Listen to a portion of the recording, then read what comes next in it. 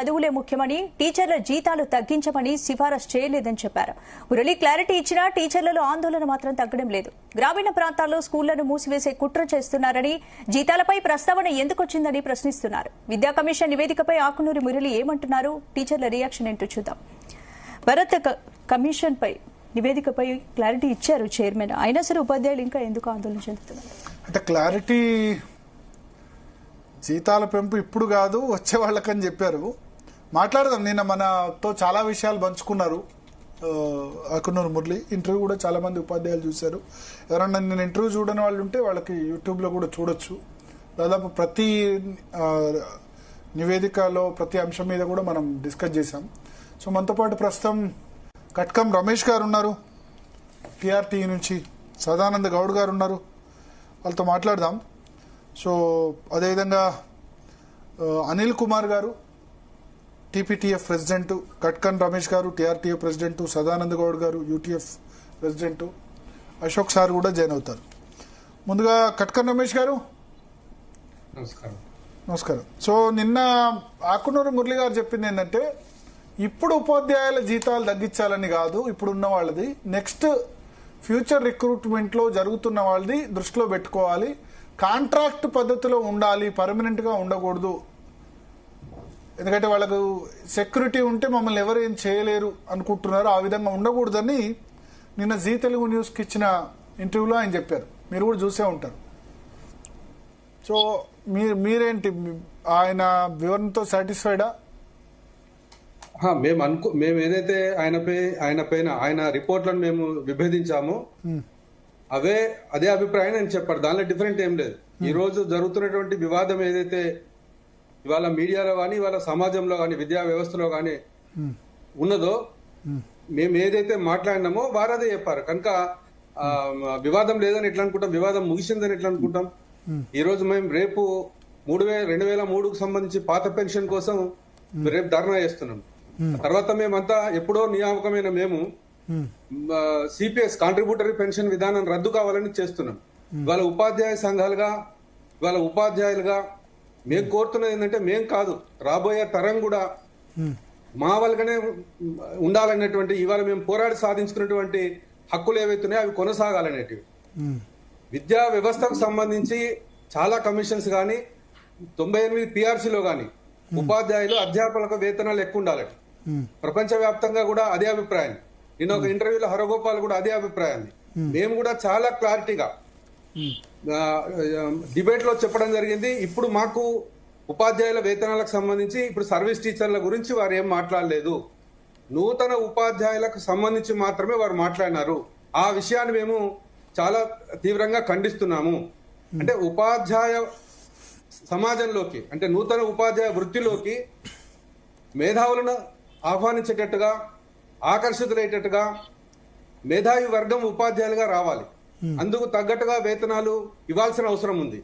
కానీ వారు సూచించినటువంటి విధానంలో రాబోయే ఉపాధ్యాయులకు సంబంధించి అని చెప్పినారు. అది ఎంత మాత్రం సబబు కాదు. దీనివలన మేధావి వర్గం ఉపాధ్యాయ వృత్తిలోకి రాకుండా ఉండే అవకాశం మాత్రం ఖచ్చితంగా ఉంది.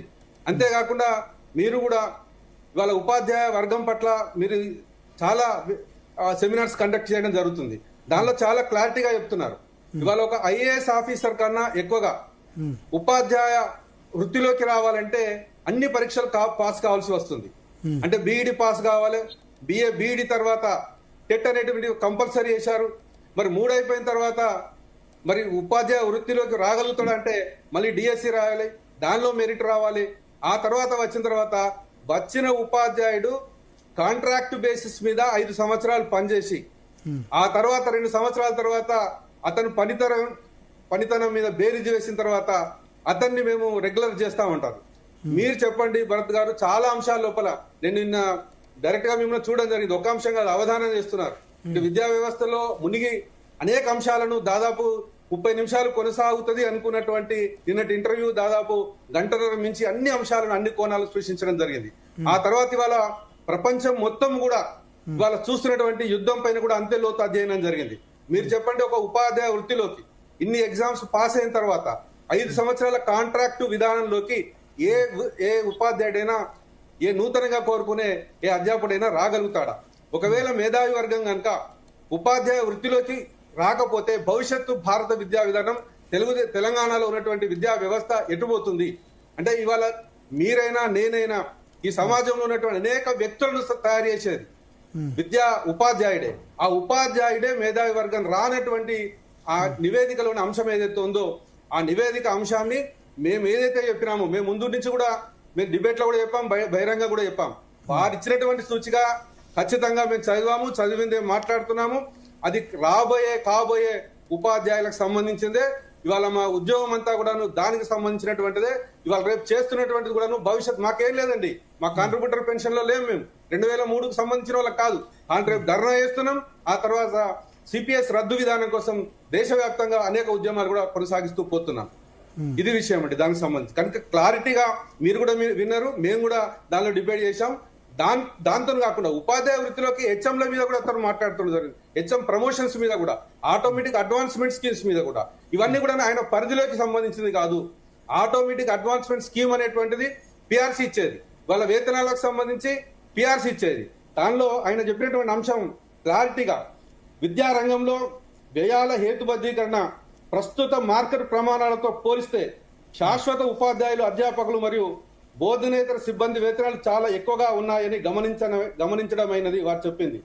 భవిష్యత్తులో జరిగే నియామకాల్లో ఈ వేతన నిర్మాణాలను పునఃసమీక్షించి హేతుబద్ధీకరించడం సముచితంగా ఉంటుంది. దీనివల్ల విద్యా నాణ్యత మెరుగుపరచడానికి మరియు విద్యార్థుల సంక్షేమానికి అవసరమైన వేతన వ్యయాల కోసం తగినంత బడ్జెట్ కేటాయించే అవకాశం కలుగుతుంది.